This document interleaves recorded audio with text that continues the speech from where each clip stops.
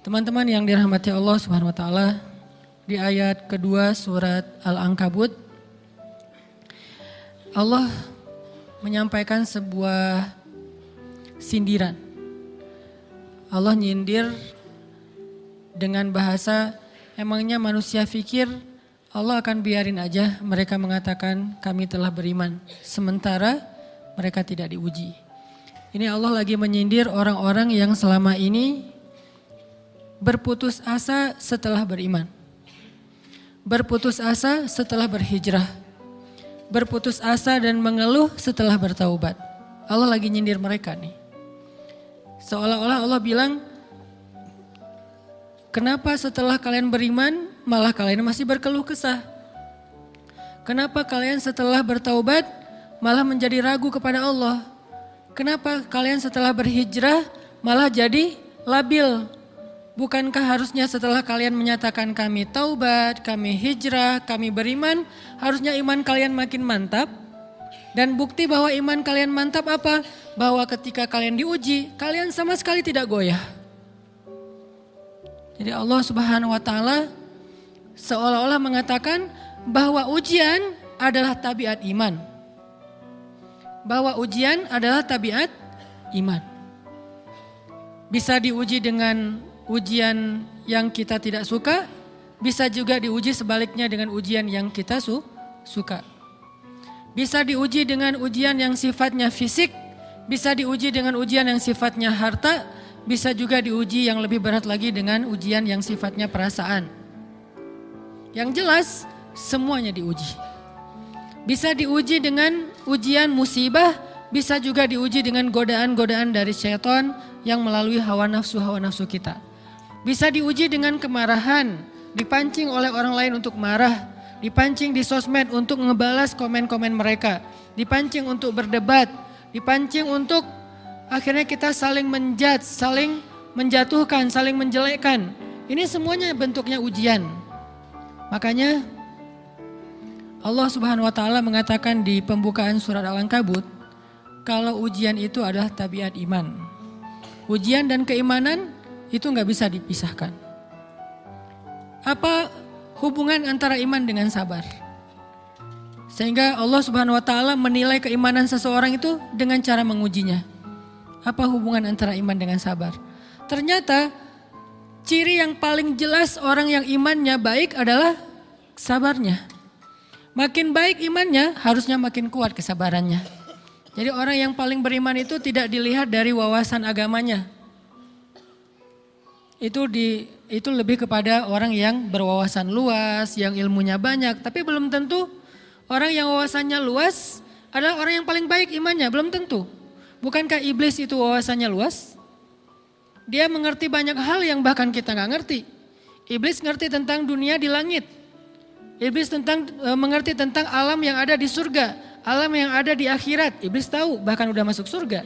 Jadi ilmu iblis lebih banyak daripada kita sekarang. Tapi kenapa iblis malah tidak sebanding antara ilmunya, wawasannya dengan ketakwaan dan kesolehannya? Karena iblis tidak sabar dengan sebuah ujian. Ujian iblis apa? Eksis. Itu ujiannya iblis. Dia udah lama eksis, followersnya banyak. Setiap dia posting, orang berlomba-lomba jadi first like. Setiap dia posting, di repost rame-rame. Di YouTube viral. Channelnya tuh paling banyak subscribersnya. Iblis. Coba cari nanti di YouTube iblis. Ada gak channel? Itu udah viral banget loh. Eksis banget. Tiba-tiba datang pendatang baru. Muncul pendatang baru. Pendatang baru ini tiba-tiba melejit. Followersnya langsung nambah. Kejar-kejaran akhirnya disalib. Pas lagi kayak gitu dia gak kuat dengan ujian nama besar, ujian eksistensi, ujian popularitas, ujian siapa yang lebih dihargai, ujian-ujian kayak gitu. Sama kayak kita kadang-kadang ngerasa udah banyak jasa dalam sebuah organisasi, udah banyak jasa dalam sebuah komunitas, udah banyak jasa dalam sebuah lingkungan, masjid, sekolah, organisasi, teman-teman. Kita yang paling sering berkorban. Tapi ternyata yang eksis, yang masuk media, yang masuk TV justru orang lain. Itu kan ujian ya. Nah ini nih yang kadang-kadang ujian namanya zulzilu, diguncang perasaannya. Bukan diuji dengan fisik, kadang-kadang ujian sakit, capek, lelah, buat kita bisa kita lalui tuh dalam sebuah organisasi nih. Kita lagi bikin kegiatan sosial, baksos. Di sekolah, dengan OSIS-nya, dengan ROHIS-nya, di kampus, dengan BEM-nya, dengan LDK-nya, kita bikin acara baksos. Kan effortnya lumayan ya. Kita begadang untuk meeting, kita survei lapangan, kita kerja malah tidur sehari cuma 1,5 jam, 2 jam. Fisik kita lelah, fisik kita capek, kadang sampai sakit. Sampai dirawat di rumah sakit gara-gara kena misalnya tipes gitu, gara-gara kita habis-habisan bekerja, itu buat kita gak masalah. Ujian fisik kita lalui. Dan besok mau ngadain lagi, kita yang paling semangat dan aktif. Gak masalah capek juga. Gak masalah juga kita lelah, gak masalah kurang tidur, gak masalah berjalan jauh, gak masalah. Satu, ujian harta. Kita yang justru nombokin. Kita yang nalangin dulu modal-modal untuk kegiatan-kegiatan tersebut. Kalau ternyata gak tercover dananya, akhirnya gak bisa dibalikin talangan kita, gak apa-apa, kita ikhlas. Kita berkorban dengan harta kita. Butuh apa? Saya bayarin. Butuh apa? Kita lewatin ujian harta. Tapi begitu ujian perasaan, kita udah capek, lelah, kurang tidur, nombokin, nalangin habis-habisan. Ternyata teman kita yang jadi ketua panitia ada kadang cuma masalah itu doang. Atau dia yang jadi PR-nya. Yang namanya PR ketika diliput oleh media kan dia yang muncul mukanya kan. Akhirnya diundang oleh misalnya hitam putih lah atau apalah. Kok dia yang muncul di sana? Atau diundang berdua, tapi sampai di sana dia yang banyak ngomong, kita diam aja. Pulang-pulang pundung. Begitu besok mau ngadain lagi, udah gak mau terlibat. Left group. Kenapa itu terjadi? Ujian zulzilu, perasaan. Itu yang dialamin oleh iblis. Iblis rela banget disuruh beribadah, sujud beribu-ribu tahun, kuat iblis. Kalau kita mungkin jidatnya hitam, kalau iblis mungkin udah kepala-kepalanya hitam, saking rajinnya sujud. Wah, ibadahnya udah ribuan tahun. Iblis disuruh berkorban dengan harta yang dia miliki, dia kasih aja semuanya. Tapi kalau disuruh dia ngalah dari Adam untuk memimpin alamin, menjadi khalifatullahi fil ard, menjadi pemimpin, wakilnya Allah di muka bumi, buat iblis ini berat. Kenapa dia? Ana khairum min, saya lebih baik daripada dia.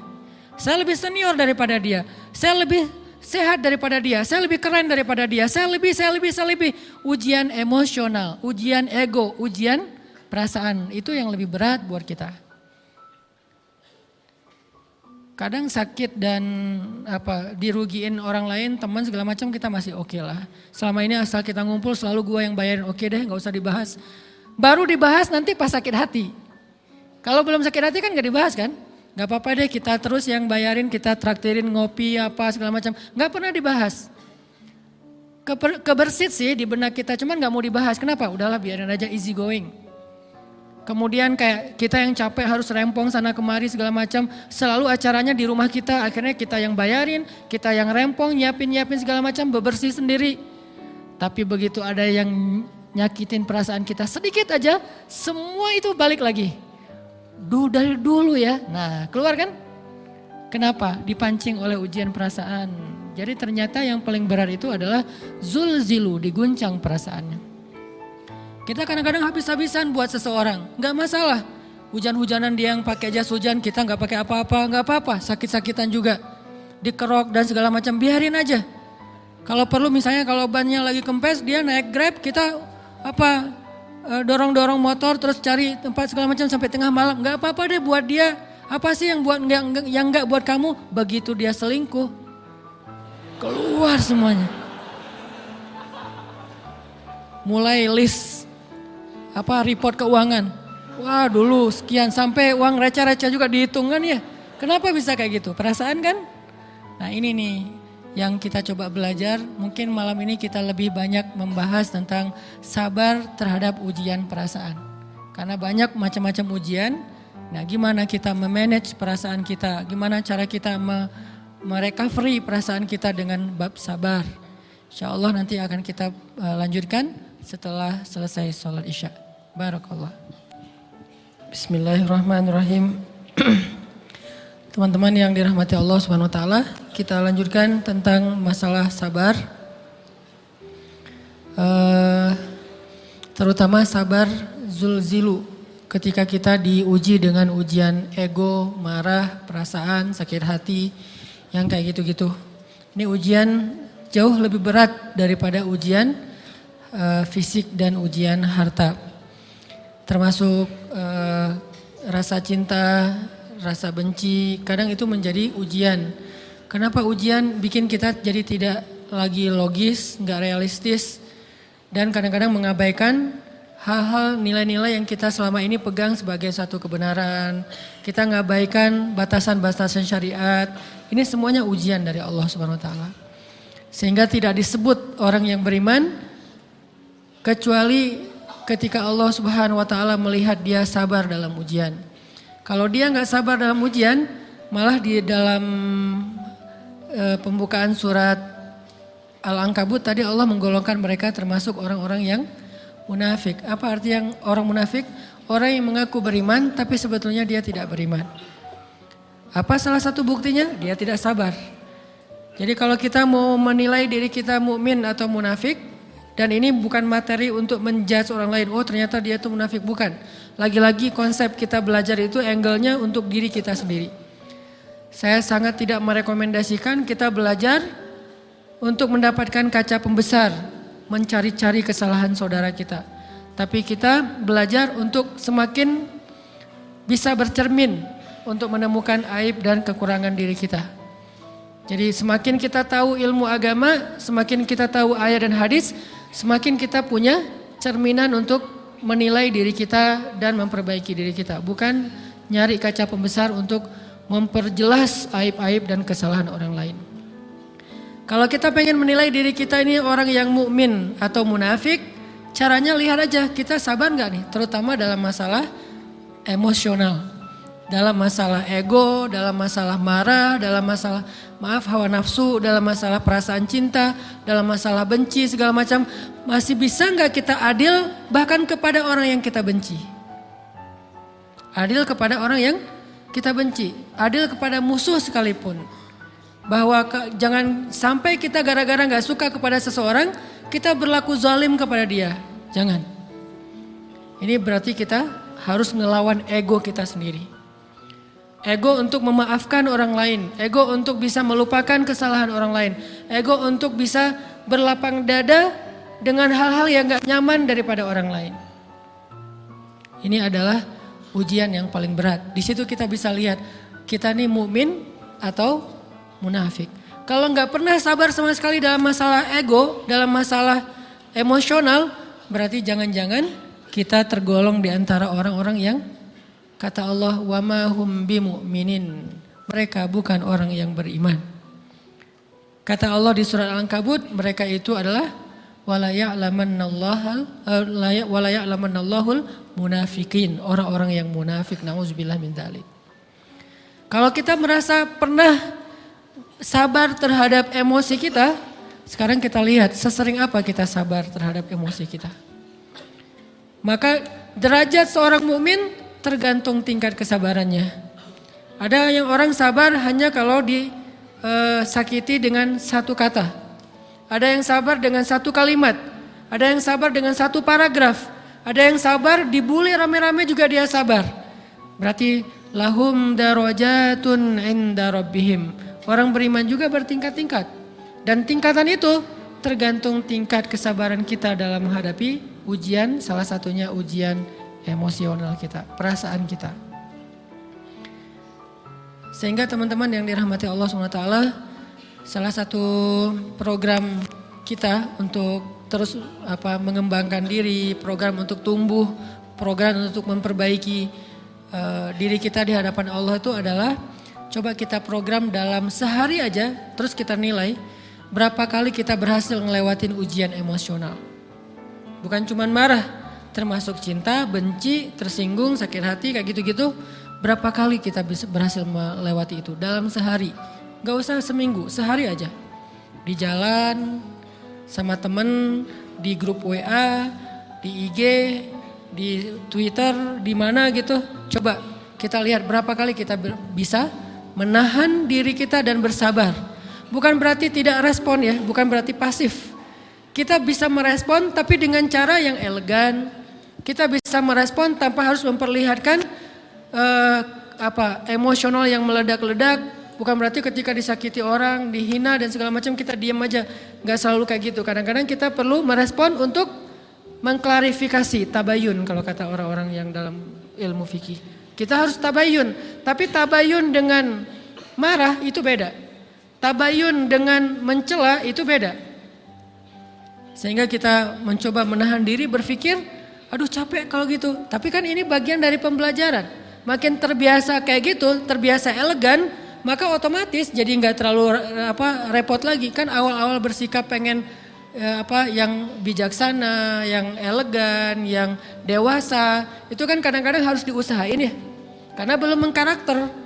Harus mikir dulu gimana ya sikap yang paling dewasa, gimana ya sikap yang paling bijaksana, gimana ya sikap yang paling wise, gimana ya sikap yang paling elegan, masih mikir. Tapi setelah berkali-kali kita latihan, lama-lama itu menjadi spontanitas kita. Dan kalau udah bisa kayak gitu, insya Allah kita sudah mulai meniru nih akhlak Nabi Muhammad SAW. Ini ujian perasaan banget. Kalau tadi saya ngasih contoh diselingkuhin itu sebetulnya cuman bercanda ya. Karena diselingkuhin ini pastinya bukan ujian, tapi musibah.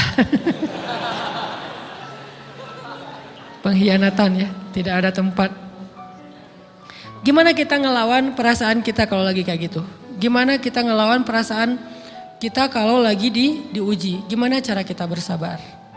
Karena iman dan sabar itu bisa dibilang satu paket. Gak disebut orang beriman kalau gak sabar. Dan insya Allah orang yang sabar itu adalah ciri-ciri orang beriman. Gak mungkin disebut orang beriman kalau gak sabar. Kita pikir memang iman itu hanya ucapan. Kalau iman itu cuma ucapan, inna sholati wa nusuki wa mahyaya wa mamati lillahi rabbil alamin, gampang. Kalau iman itu cuma ucapan, hasbiyallah wa ni'mal wakil, gampang. Kalau iman itu cuma ucapan, la haula wa la quwata illa billah, gampang. Kalau iman itu cuma ucapan iyyaka na'budu wa iyyaka nasta'in, gampang. Tapi Allah mengatakan wa ma hum bimu'minin. Ahasiban nasu ayyutraku ayyaqulu amanna wa hum la yuftanun. Emangnya cukup dengan hanya mengatakan kami telah beriman lalu tidak diuji? Ternyata iman adalah sabar dalam ujian. Jadi nggak mungkin orang disebut beriman sementara dia tidak sabar, sementara dia emosional, sementara dia temperamen, sementara dia orangnya meledak-ledak, sementara dia orangnya mengeluh, sementara dia orangnya berputus asa. Nggak mungkin. Karena ulama mengatakan la tayasu, jangan berputus asa. Fa innal ya's laisa min akhlaqil muslim atau mu'min. Karena sesungguhnya keputusasaan bukan di antara akhlak orang yang beriman. Orang yang beriman itu tidak pernah berputus asa. Serumit apapun masalah kita, kalau kita punya yakin sama Allah bahwa Allah ala kulli syai'in qadir, maka kita pasti akan punya harapan. Kalau kita yakin bahwa Allahu Akbar, sebesar apapun masalah kita, Allah lebih besar daripada masalah kita kan?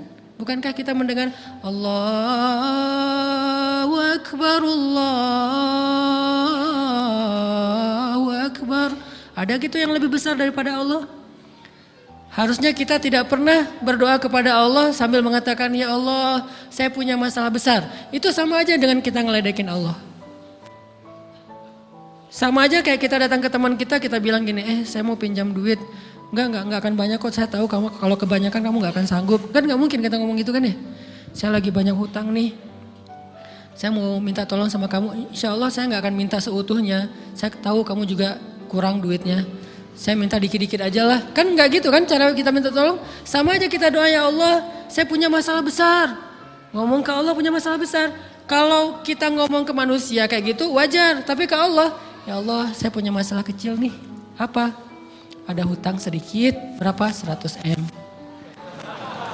Allah kan ghaniyun, maha kaya, jadi jangan pernah mengatakan 100 M itu besar di hadapan Allah.